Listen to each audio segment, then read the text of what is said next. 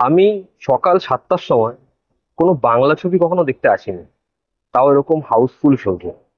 এটা সত্যি আমার জন্য তো হিসাব মতো প্রথমবার। বহু সময় লোক কমেন্ট করে যে হিন্দি ছবি ফার্স্ট শো দেখছো, বাংলা ছবি দেখছো না। তখন তাদেরকে বলি শো কোথায় অ্যাভেলেবেল রয়েছে, কিন্তু আজকে যখন অ্যাভেলেবেল রয়েছে তো সেটা আমি দেখলাম, এবং এটা আমার জন্য হিসাব মতো প্রথম। তো বস, এখন এই ভিডিওতে আমরা ধূমকেতু নিয়ে কথা বলবো। এই ভিডিওটা কুইক রিভিউ হবে, আমরা ছোট্ট করে আলোচনা করব। বাড়িতে গিয়ে আরামসে আমরা এটা নিয়ে ডিটেলে কথা বলবো, মোটামুটি সব ছবিগুলো দেখে নিয়ে। তো কেমন লাগলো দেবের ধূমকেতু? এই ছবিটা নিয়ে আমার এক্সপেকটেশন অনেক বেশি থাকার কারণ হচ্ছে ছবিটা কৌশিক গাঙ্গুলির ছবি। এবং আমি যদি এই কথাটা বলি, আমার যে এক্সপেকটেশন ছিল সেটা হিউজ এক্সপেকটেশন ছিল, সেই এক্সপেকটেশনটা ফুলফিল হয়েছে। এবং যেহেতু রিসেন্ট ইয়ার্সে দেবের অভিনয় যে সত্তা সেটা অনেক ইমপ্রুভ করে গেছে, আমি সেটা মাথায় রেখে বলছি লাস্ট 5 ইয়ার্সে একটা হোল ফিল্ম হিসেবে দেবের বেস্ট ফিল্ম হচ্ছে ধূমকেতু।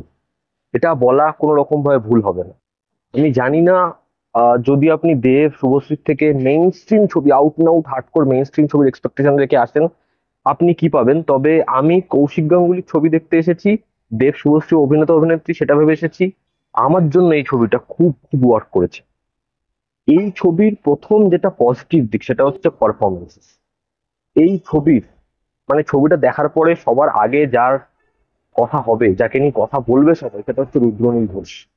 রুদ্রনীল ঘোষ জাস্ট ফাটিয়ে দিচ্ছে। একটা সিকোয়েন্স রয়েছে, তার একটা নাচের একটা জায়গা রয়েছে, সেটাই না আমরা প্রথমে একটু হেসে উঠেছি। প্যাকড হাউস, সবাই হেসে উঠেছে। সিনটা যেখানে গিয়ে শেষ হয়, সবাই হাততালি দেয়, ইমোশনাল হয়ে যায়।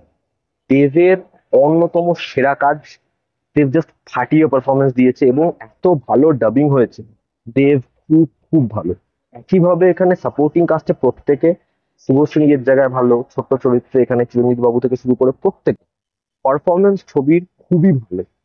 এই ছবিটাকে যদি আমরা মিউজিক্যাল ফিল্ম বলি না, ভুল হবে না। ছবিটাকে পুরোপুরি মিউজিক দিয়ে ট্রিট করা হয়েছে।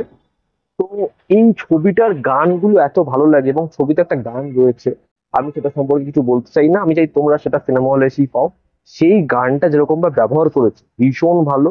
ছবির মেকিং, ফিল্ম, বারংবার একটা কথা বলছিলাম, এই ছবিটা দেখে না ব্যাক ডেটেড মনে হচ্ছে। তোমরা ছবির মেকিং দেখো, ছবিটার যে ভিজুয়ালস দেখো, ভীষণ ভীষণ ভালো। আবার একটা জিনিস অবশ্যই বলার, সেটা হচ্ছে এই ছবিটা করার ডিসিশন। এই ছবিটা কিন্তু অনেক রিস্কি একটা প্রজেক্ট, মানে এটা কিন্তু আর 4-5টা ছবির মতো নয়। তো এটা আজ থেকে এত বছর আগে প্রডিউসাররা করার সিদ্ধান্ত নিয়েছে এরকম মেইন স্ট্রিম স্টারকে নিয়ে, এবং দেব সেই ছবির কো প্রডিউসার। এবং ছবির মোমেন্টস, ছবিতে এমন ভাবে কিছু মোমেন্টস আসে, এমন ভাবে কিছু সংলাপ উঠে আসে, কিছু এমন ছোট ছোট মোচড় আছে, কিছু এমন ছোট ছোট জায়গা আছে যেগুলো ভিজুয়ালি এবং যেভাবে ক্যারেক্টারসদেরকে ওই জায়গাটা এনেছে, যে ওয়ে অফ ন্যারেশন, সেটা খুবই ভালো। এই ছবিটা end of the day Kaushik গাঙ্গুলির ছবি, এবং কৌশিক গাঙ্গুলির ভালো ছবির মধ্যে ধূমকেতু ডেফিনেটলি অন্যতম। ছবিটা যে নোটে শেষ হয় সেটা ইমোশনাল করে দেয়। তো ওভারঅল এই ছবিটা একটা পারফরমেন্স হেভি ছবি। এই ছবির প্রোমোতে তারা অনেক কিছু না লুকিয়ে রেখেছে। তো আমি চাই না তোমাদের কাছে ছবি দেখার আগে কিছু রিভিল হোক, এই জন্য আমি প্লট সম্পর্কে কিছু বললাম না। তোমরা ছবিটা দেখো, আশা করছি তোমাদের ছবিটা খুব ভালো লাগবে। চলো, ছবির যদি নেগেটিভ দিক বলি, আমার না এই ছবির জন্য খুব বেশি নেগেটিভ দিক কিছু নেই। ছবির একটা রিজন রয়েছে, ঠিক আছে? ওই রিজনটাকে তারা যেরকম নন লিনার ওয়েতে বারংবার সংলাপে ছোট ছোট ইনসিডেন্টে দেখিয়েছে, ওটা এস্টাবলিশ হয়নি। এবং ওটা এস্টাবলিশ হওয়াটা খুব দরকার ছিল, ওটা এস্টাবলিশ হয়নি। এবং কিছু কিছু ক্যারেক্টার স্পেস পায়নি। তো এই ছিল এই ছবির নেগেটিভ। পজিটিভ দিক আমি বললাম। ওভারঅল তুমি যদি ছবিটা তোমরা দেখো, ভালো লাগবে। এবং দেব শুভশ্রীর যারা ফ্যান্স, তারা ভালো পারফরমেন্সেস দেখতে পাবে। রুদ্রনীল ঘোষের জন্য তোমরা হাততালি দেবে, এবং এই ছবিটার মোমেন্টস গুলো থাকবে, ভালো লাগবে।